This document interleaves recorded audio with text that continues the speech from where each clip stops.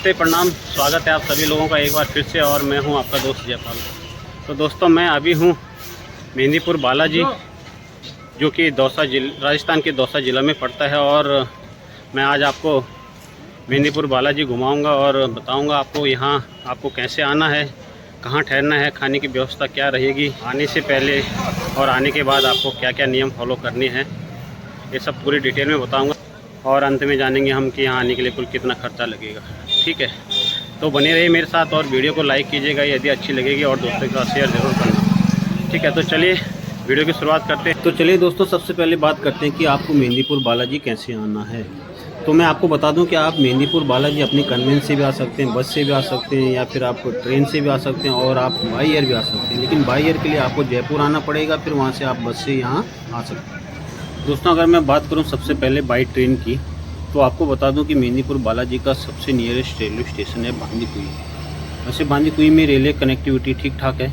यहाँ के लिए दुरंतो एक्सप्रेस और पैसेंजर ट्रेन चलती हैं, तो जो आपको सूटेबल पड़ता है आप उससे यहाँ आ सकते हैं। और जब आप बांदीकुई जंक्शन पहुँच जाओगे तो आप वहाँ से कैब या बस से आप मेहंदीपुर बालाजी जा सकते हैं। ये जो छोटी गाड़ी जो लगी है, ये मेहंदीपुर बालाजी के लिए हैं। आप इनसे भी आप मेहंदीपुर बालाजी जा सकते हैं, जिनका फेयर 80 रुपीज़ पर पर्सन है। और आप चाहें तो बस से भी आप जा सकते हैं। एक चीज़ और बता दो दोस्तों कि आपको यहाँ से कन्वेंस की कोई दिक्कत होने वाली नहीं। चाहे आपकी ट्रेन कितने बजे भी पहुँचे, तो यहाँ पे आपको कन्वेंस, छोटी गाड़ी या बड़ी बस आपको ईजिली मिल जाएगी। और अगर मैं बात करूँ बस की, तो आप बस से भी मेहंदीपुर बालाजी आ सकते हैं। उसके लिए आपको मेहंदीपुर बालाजी मोड़, जो कि NH21 पे पड़ता है, वहाँ उतर सकते हैं। चाहे आप भरतपुर की तरफ से आ रहे हैं या फिर जयपुर की तरफ से आ रहे हैं, और आप वहाँ से रिक्शा लेके आप मंदिर जा सकते हैं, जो कि 2 किलोमीटर की दूरी पे है। तो अब हम पहुँच चुके हैं मेहंदीपुर बालाजी, और अब हमें ढूंढना है अपने लिए रूम। तो उसके लिए मैं आपको बता दूं कि यहाँ पे आपको बहुत सारे होटल और धर्मशालाएँ हैं, जहाँ आपको रूम आराम से मिल जाएगा। ख़ास तौर पे यहाँ पे काफ़ी अच्छे धर्मशालाएँ हैं, उनके रूम भी काफ़ी अच्छे हैं, और जिनका किराया 250 से स्टार्ट होता है। तो आप चाहे धर्मशाला में भी रुक सकते हैं, या फिर आप होटल के रूम में भी रुक सकते हैं। तो चलिए दोस्तों, अब बालाजी के दर्शन करते हैं। भीड़ तो काफ़ी है, लेकिन ये गेट तक ही रहेगी, और जब आप मंदिर परिसर में एंट्री करोगे तो उसके बाद भीड़ थोड़ा कम हो जाएगी, क्योंकि वहाँ पे लोग सीक्वेंस से चलते हैं।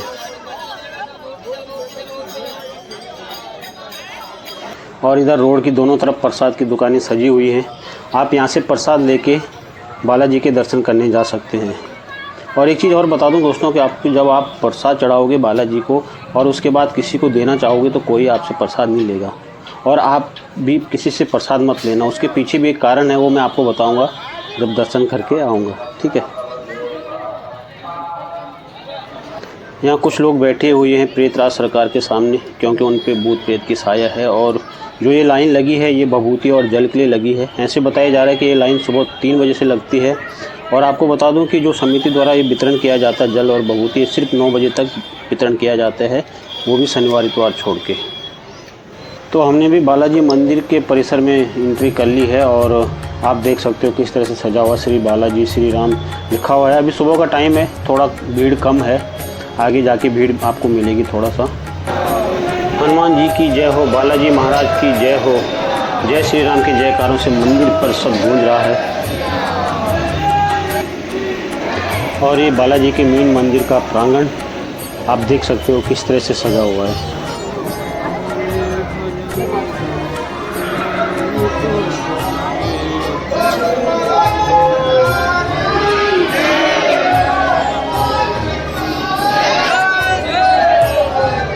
और इधर है बालाजी महाराज की मेन मूर्ति, आपको दिखाता हूँ।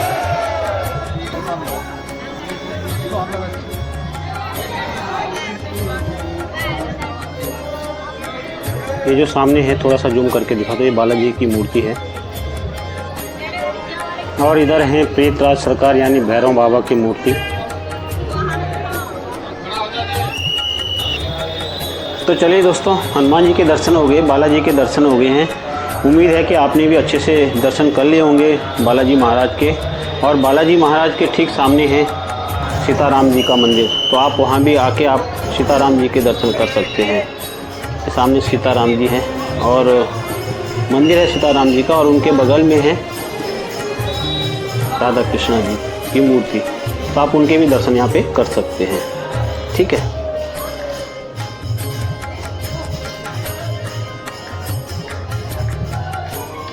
और ये जो लोग बैठे हैं ये कहीं न कहीं ऊपरी साये या भूत प्रेत से परेशान हैं और प्रेतराज सरकार के सामने अपनी हाजिरी लगा रहे हैं। और दोस्तों यही कारण है कि यहाँ पे न किसी को प्रसाद देते हैं न किसी का प्रसाद देते हैं।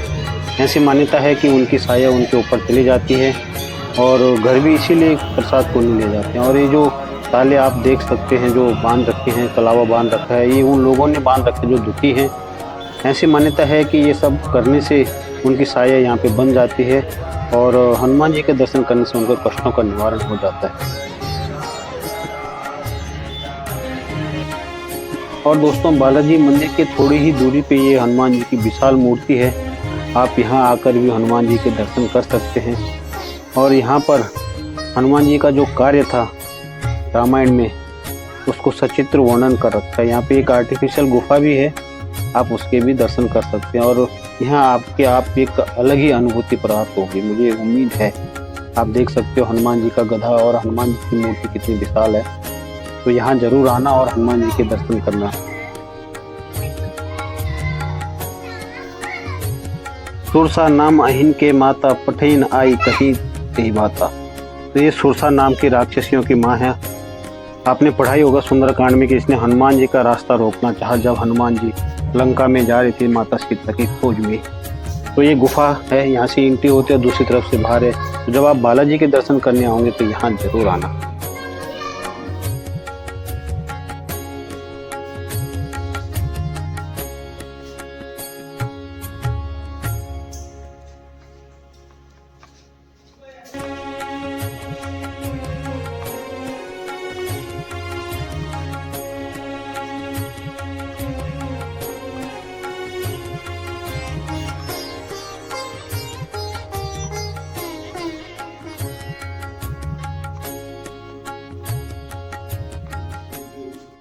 दोस्तों आपको बता दूं कि अगर आप हनुमान जी को 1.25 मणि प्रसाद चढ़ा रहे हो तो आप मंदिर समिति के इस ऑफिस से यहाँ पर पर्ची कटवा सकते हो और हनुमान जी को 1.25 मणि का भोग लगा सकते हैं। तो ये तो था हनुमान जी मंदिर का प्रांगण और अब आपको ले चलता हूँ 3 पहाड़ी की ओर। और ये है काली माता का मंदिर जो कि 3 पहाड़ी शक्तिपीठ के रास्ते में पड़ता है। आप यहाँ पर काली माता के दर्शन के साथ साथ उनकी पूजा भी कर सकते हैं। यह दोस्तों 3 पहाड़ी शक्तिपीठ की पगडंडी, दोनों तरफ खाई है और आप देख सकते हो नीचे नज़ारा। और यहाँ पे आपको एक चीज़ और देखने को मिलेगी, कैमल। उसमें बैठ के आप राइड कर सकते हैं और उनमें बैठ के फ़ोटो खिंचा सकते हैं कि यादगार के तौर पे। यहाँ पे राजस्थानी जो वेशभूषा है वो पहन के आप एक यादगार के तौर पे फ़ोटो खिंचा सकते हैं। और ये बनियान ट्री जहाँ पे लोगों ने सिरफल बांध रखे हैं अपनी अर्जी लगाने के लिए प्रेतराज सरकार पे। और एक चीज़ बता दूं दोस्तों, यहाँ पे प्रेतराज सरकार द्वारा अदालत लगती है भूत प्रेतों की और उनको सज़ा सुनाई जाती है। मैं आपको आगे चल के दिखाऊँगा अगर कैमरा अलाउ होगा अंदर तो। और दोस्तों आपको बता दूं कि बालाजी मंदिर से 3 पहाड़ी शक्तिपीठ ज़्यादा दूर नहीं है, थोड़ा ही है, आधा घंटे में आप इसको कवर कर सकते हैं। अगर कोई आस्था रखता है, हनुमान जी से विश्वास रखता है और दुखी है ऊपरी साया से, तो उनको एक बार ज़रूर यहाँ आना चाहिए अर्जी लगाकर। मुझे उम्मीद है कि प्रेतराज सरकार उनके दुखों का निवारण ज़रूर करेंगे। भीड़ काफ़ी है यहाँ पे भी। और आपको बता दूं कि बालाजी मंदिर के साथ साथ 3 पहाड़ी शक्तिपीठ पे भी प्रेतराज सरकार अदालत लगाते हैं। और यहाँ से आप प्रसाद, नारियल, जो भी आप चढ़ावा चढ़ाना चाहते हो वो लेके आप सामने जो गेट दिख रहा है प्रेतराज सरकार की एंट्री गेट है, वहाँ से आप जाके चढ़ा के दर्शन करके आ सकते हैं। और इधर जो सामने जो बैठे हैं लोग, काफ़ी भीड़ है, तो वहाँ अदालत चल रही है। प्रेतराज सरकार अदालत लगा रही हैं भूतों की और उनको सज़ा सुना रही है ऑन द स्पॉट।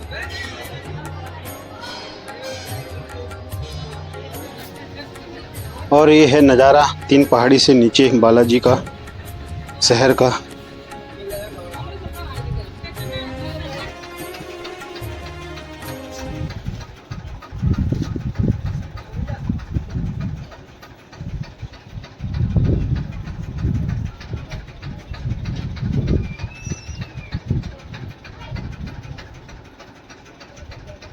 चलो जी, 3 पहाड़ी शक्तिपीठ के भी दर्शन हो गए हैं।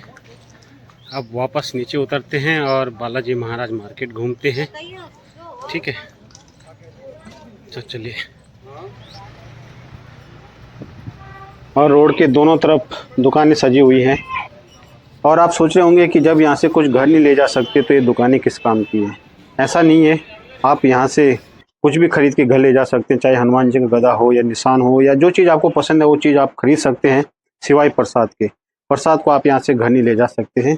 आप शंका में मत रहना कि हम ये चीज़ ले जाएंगे यहाँ से घर तो उनके पीछे कोई साया न चल जाए, ऐसा नहीं है। सिर्फ प्रसाद ही एक ऐसी चीज़ है जिसमें थोड़ा सा शंका होती लोगों को, इसलिए लोग प्रसाद घर नहीं ले जाते। तो चलिए दोस्तों, अब आपको बता देते हैं कि मेहंदीपुर बालाजी आने के लिए कौन से नियम फॉलो करने पड़ते हैं। तो चलिए दोस्तों, आपको बता दूं कि मेहंदीपुर बालाजी आने के लिए आपको कौन से नियम फॉलो करने पड़ते हैं। तो मैं आपको बता दूं कि जब आप कभी यहाँ आओगे तो आने से 1 हफ्ते पहले और आने के 3 हफ्ते बाद तक आपको तामसिक भोजन का त्याग कर देना चाहिए और ब्रह्मचर्य का पालन करना चाहिए। ऐसे करने से हनुमान जी खुश होते हैं और आपकी यात्रा सफल होती है, ऐसा कहा जाता है। तो चलिए अब बात करते हैं कि यहाँ पे खाने पीने की क्या व्यवस्था रहेगी। तो दोस्तों, आप देख ही रहे होंगे होटल काफ़ी सारे हैं यहाँ पे, आपको खाने पीने की कोई दिक्कत नहीं होने वाली यहाँ पे। और यहाँ पे एक चीज़ और बता दूँ, यहाँ पे आपको शुद्ध वैष्णव भोजन मिलेगा। अगर आप जो नियम हैं यहाँ आने के वो फॉलो कर रहे हैं तो उसके हिसाब से आपको यहाँ पे भोजन भी मिल जाएगा। ठीक है। अब दोस्तों, आप सोच रहे होंगे कि बालाजी के लिए हम कितने दिन का प्लान करें। तो आपको बता दूं कि बालाजी के लिए 1 दिन काफ़ी है, जिसमें से आप हनुमान जी के दर्शन कर सकते हैं। 3 पहाड़ी जा सकते हैं, 5 पहाड़ी जा सकते हैं दर्शन करने के लिए। हालांकि मैं आपको 5 पहाड़ी नहीं ले जा पाया समय की कमी की वजह से, लेकिन फिर कभी आएंगे तो आपको ज़रूर लेके जाएंगे। तो फिलहाल 1 दिन काफ़ी है मेहंदीपुर बालाजी के लिए, बाकी उसके ऊपर आपकी इच्छा है।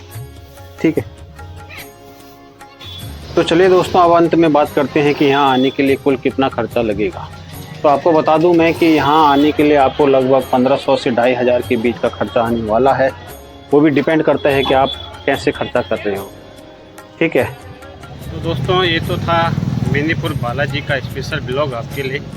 बताना ये वीडियो कैसी लगी, और अगर अच्छी लगी होगी तो लाइक करना और दोस्तों के साथ शेयर करना। ठीक है। तो फिलहाल मेहंदीपुर बालाजी से इतना ही। बहुत जल्दी किसी नई डेस्टिनेशन पे मिलेंगे, तब तक के लिए नमस्कार। अपना बहुत बहुत ख्याल रखना।